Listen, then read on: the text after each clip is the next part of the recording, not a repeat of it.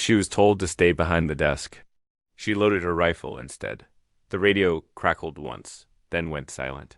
Corporal Emily Carter stared at the device like it might resurrect itself through sheer force of will. 3 words had come through. Before the static swallowed everything else. He's gone. Out. Her hands trembled against the cold metal of the communications equipment. Outside the forward operating base in Kandahar, the Afghan night pressed against the sandbags like something alive, something waiting.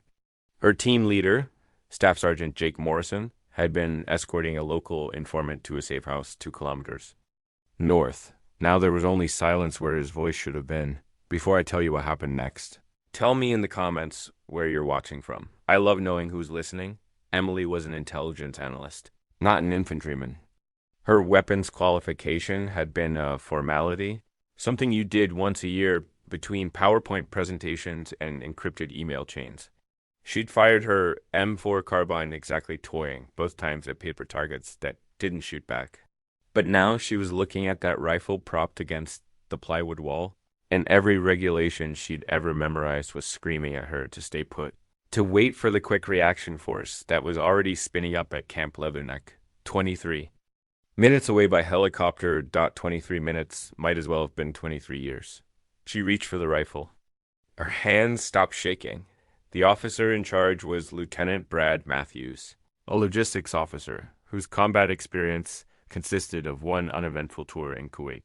Emily found him in the makeshift command post, his face illuminated by computer, monitors displaying satellite feeds that showed absolutely nothing useful. "I'm going after him," she said. Matthews looked up, his expression cycling through confusion and disbelief. "Carter, you're intel. You're not. He's 2 clicks out. The QRF won't get here in time. You know it. I know it. You don't even know where exactly. Grade 42S. WD834766721. He sent me his last position update 4 minutes before the radio went dead. I know exactly where he is." The silence between them stretched like a wire pulled taut. Matthews's eyes moved to the rifle in her hands, then back to her face.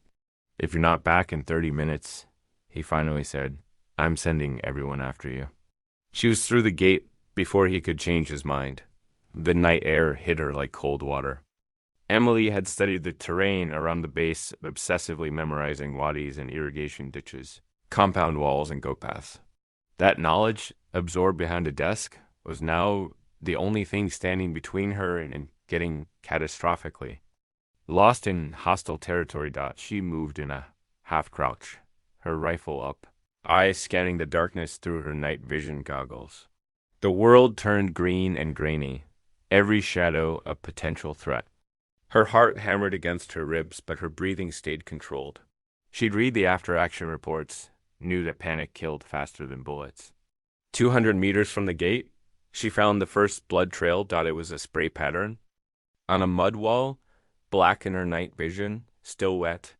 Drag marks led away from it, heading northeast toward abandoned compounds. She thought she'd never see signs of him alive again. She was wrong.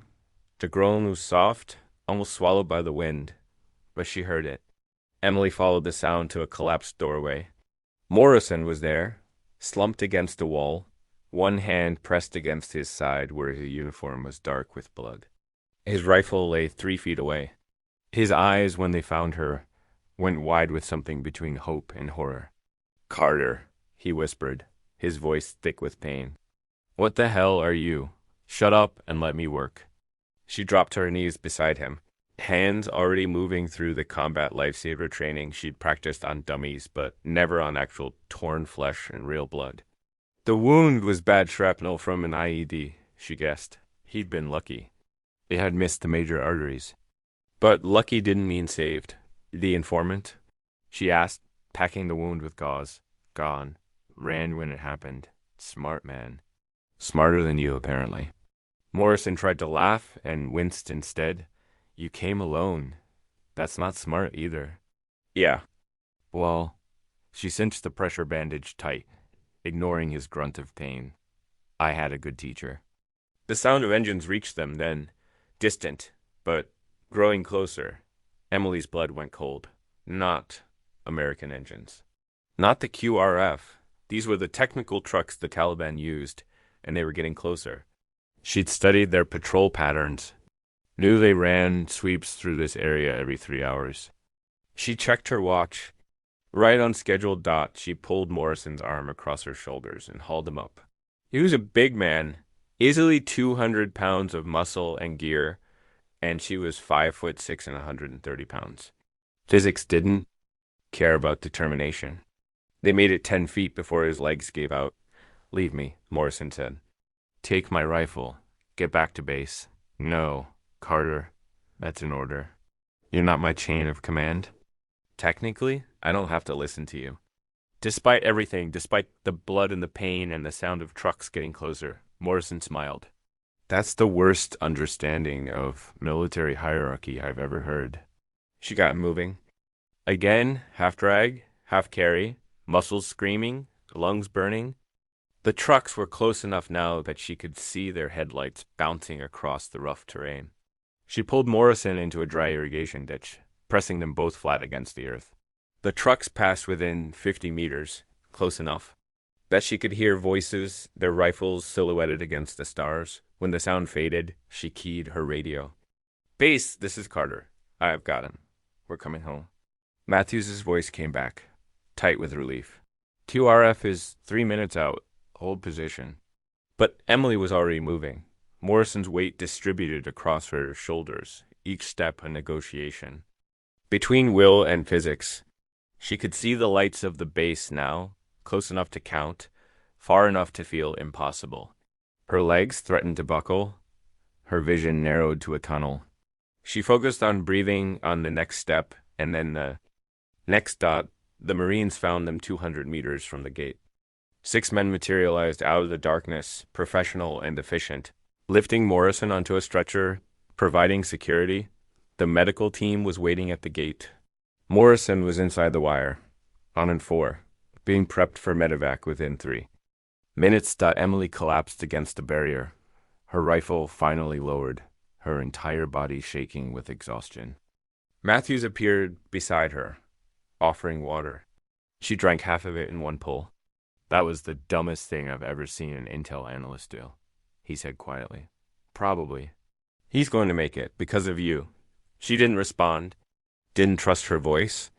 "For what it's worth," Matthews continued, "I'm writing you up for a commendation, and probably also a counseling statement for violating about 17 regulations." Emily laughed then, a sound somewhere between a sob and genuine amusement. "Fair." Morrison was medevaced Bagram within the hour. Emily watched the helicopter lift off, its rotors beating the air into submission, carrying away the man she'd pulled from the darkness. She wouldn't see him again until the awards ceremony. 8 months later, Morrison had fully recovered, back to running missions. Emily had gone back to her desk, to her reports and analysis, but something had shifted. The other analysts looked at her differently now. The infantry guys nodded when she passed, a small acknowledgement of some invisible line she'd crossed. She'd left the wire, broken protocol, done something monumentally stupid, and somehow survived it. She'd proven that courage doesn't live in job descriptions, doesn't wait for the right qualifications or the proper training. It just acts, because courage doesn't ask for permission. It simply refuses to look away when someone needs help. The night Emily Carter loaded her rifle and walked into the darkness, she proved that heroes aren't born in infantry battalions or special operations units. They're made in the moment someone decides that another person's life matters more than their own fear. If this story moved you, drop a comment below and tell me what act of courage you've witnessed. And if you want more stories of ordinary people doing extraordinary things, hit that subscribe button. These stories need to be told, and I'm honored you're here to listen.